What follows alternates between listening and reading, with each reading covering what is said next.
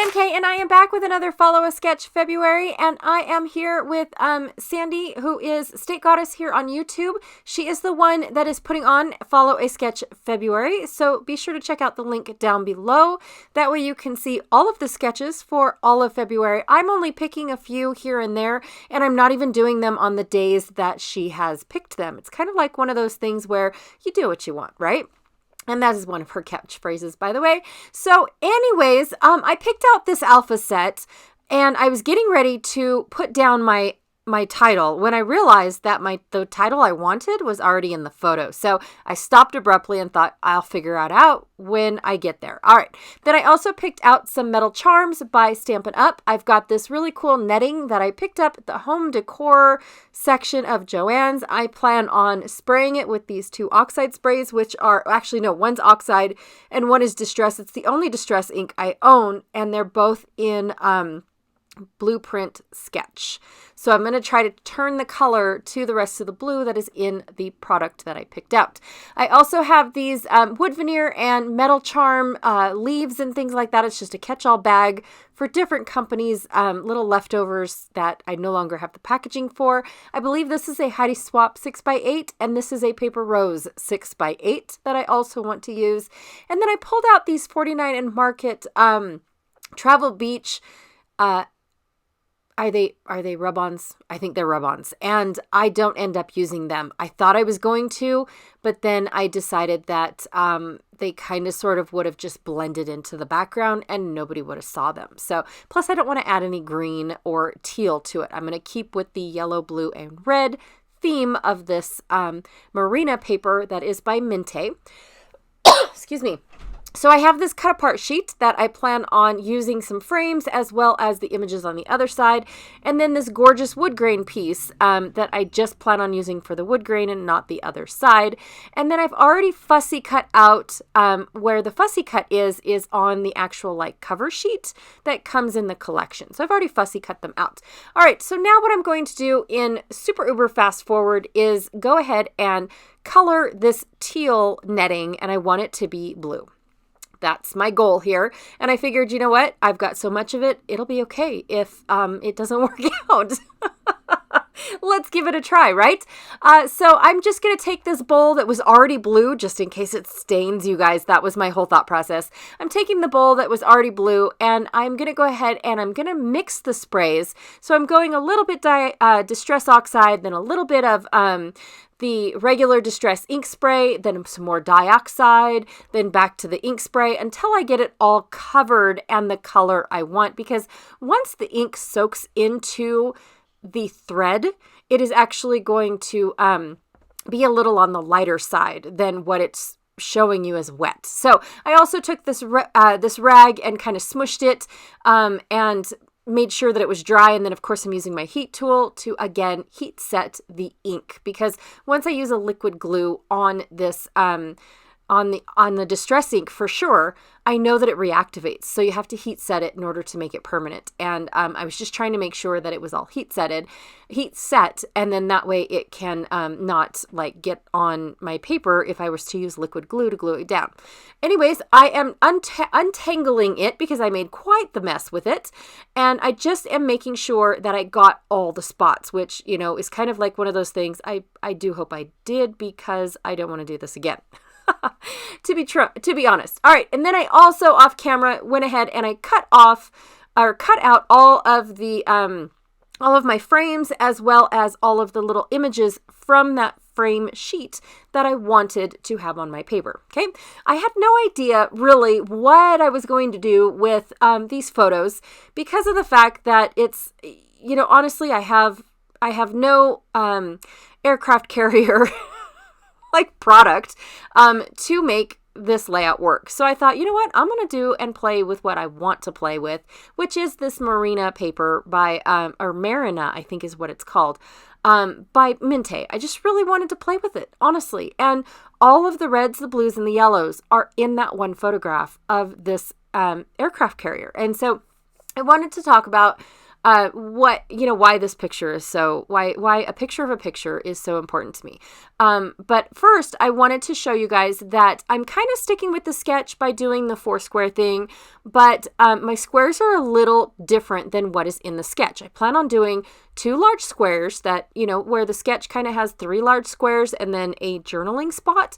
But I wanted to make one of my large squares these frames and kind of just make it look like they're clustered together type of deal. I'm not really sure what I was thinking there, but it was just a background that I wanted. And then for the main photo mat for the 4 photos that are featured on this sketch, I wanted to use the netting instead of what looks like a postage stamp. Is what is around the 4 photos. That in my opinion, I didn't know what it was, but I plan on going knot by knot and gluing the entire thing in place. I'm not going to use my foam dots underneath the photos like I did before to glue my netting in place. This time I made sure that I went from dot to dot to dot to dot, or knot to knot, I should say, and glue dotted everything down. And then for my 4th piece, it's going to be my photo instead of a 4th or a journaling spot or anything like that. It's actually going to be my photo, which I have to tell you guys that I am a huge Star Trek fan. Not so huge that I can speak Klingon, but I've always loved the Enterprise. It is one of my favorite things. My dad and I built a model back in the day. Back in the 80s, we built this teeny tiny little model of the Enterprise. I just absolutely loved it. And yes, it was Enterprise 1. So it had no letter next to it. It wasn't A, it wasn't B, it wasn't C, it wasn't any of those. It was the original, NCC 1701. So anyways, I have to tell you guys that when I watched a TV show, it was actually called Enterprise, and it was where the Star Trek episodes began, and I was so touched. I watched it twice, you guys. It's a TV series. It's not a movie, it's a TV series, and I ended up watching it twice because in the captain's quarters, he has I believe it is 6 photos. I can't really remember how many he has going across, but it is all of the American, or I should say all of the world's enterprises. And where it started as a sailboat, which actually they called it a schooner. And then it went all the way over to NASA building a spaceship or space shuttle. And then, it also had one of these carriers. I'm not sure exactly which one. I didn't look at it that close. And then, of course, the Enterprise that goes out to space and, in deep space, I should say. So I have to tell you guys that is where I kind of sort of started looking into our enterprises that we have now. And we have named a vessel Enterprise for over 242 years, just to let you guys know that. Like I said, I'm a huge history geek, so I had to look it up. And this photo and the other photo at the bottom are 2 of the Enterprises. One is the CV-6, which is down on the lower right, and the other one is the CVN-65. And here are these photos. I apologize.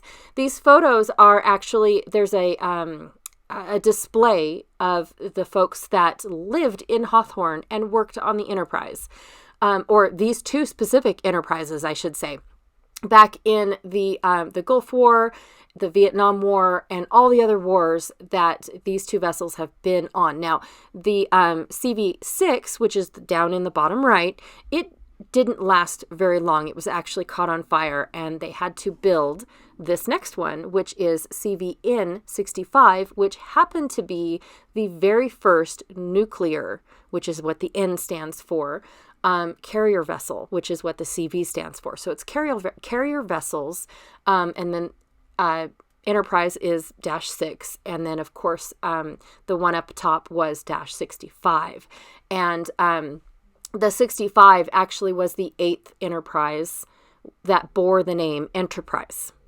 So just to let you guys know. And then, of course, this is just the seawater enterprises. There's several other enterprises that, like NASA had 5 of them.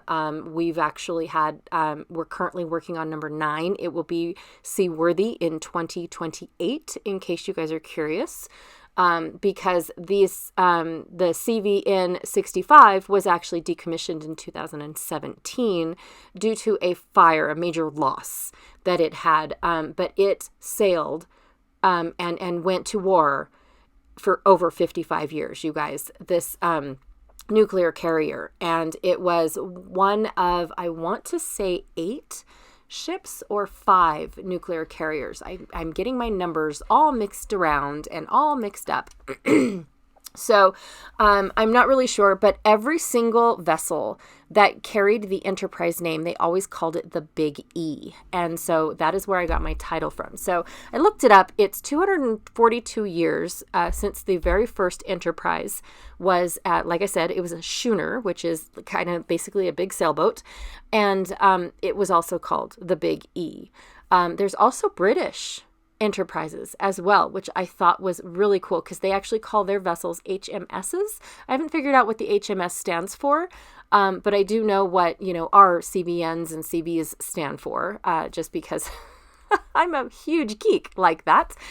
So anyways, I just finally came up with the title, and I really wanted to document this only because of it's what I'm into. It's something that I, am proud of, for one, and for two, it's just a fun layout that I wanted to make. And so why not play with elements that I love to play with, which is the beachy stuff. I love playing with beach-themed items. It's on the water. It makes sense to me. Even though everybody else is going to be like, what? That doesn't make any sense. There's no shells, that deep in the ocean, so on and so forth. I get it. I understand. But it's something I kind of combined elements that I love to work with on a layout with the boat that I am most proud of, by the way. And so, that's it. That's the only thing that that this has in common. To be honest. All right, I decided to add a little bit of white splatter just to give it a little bit of something else. It kind of also fills in some gaps that I kind of sort of felt were there, but not really. It's not really necessary for me to do this, but that's it. This is the layout that I did, that I created today for Follow a Sketch February. Like I said, I kind of stuck with the sketch, and then after a while, I kind of don't follow the sketch, you guys. Like I have good intentions of following a sketch, and then it takes on a life of its own. Seriously. So thank you so much for watching. I really do appreciate you guys hanging out with me today. I appreciate also too that you guys don't mind that I'm a little bit off on the following a sketch every day. I'm just kind of sort of picking and choosing where I can the sketches that I actually want to use. No offense in any of the sketches. They all look really super fun, and some of them a little challenging because they do look like older sketches. But yeah, I definitely appreciate that you guys don't mind me doing this out of order. Anyways, be sure to check out the Facebook group. It is down below, and see everyone else's really cool interpretation of these sketches. Mine will also be down there, in the appropriate sketch. So when you get to the album, click on the sketch that you want to look at, and then click on the comments, and that's where you'll see all the other sketches. All right. Thank you so much, and I will check y'all later. Bye.